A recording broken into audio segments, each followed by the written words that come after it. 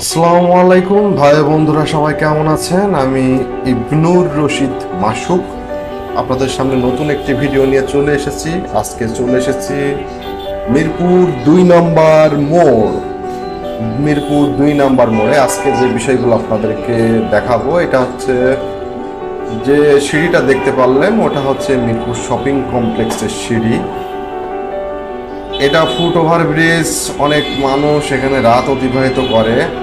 দরিদ্র মানুষ, হতদরিদ্র মানুষ, যাদের দুবেলার খাবার জোগাড় করতেই অনেক সময় লেগে যায়।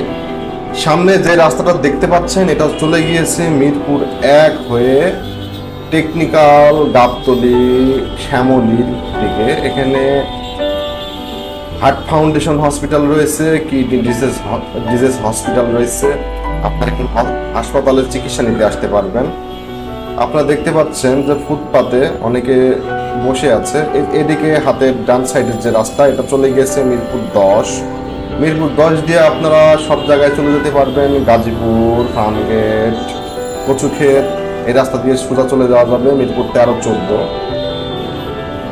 এখানে বটগাছ, এখানে একটা পুলিশ বক্স ছিল। যাই হোক, সামনের এই রাস্তাটা যেটা চলে গেল, সামনের রাস্তাটা, ওই যে বাস দেখতে পাচ্ছেন, ওই রাস্তাটা চলে গিয়েছে পশিখার মোড়।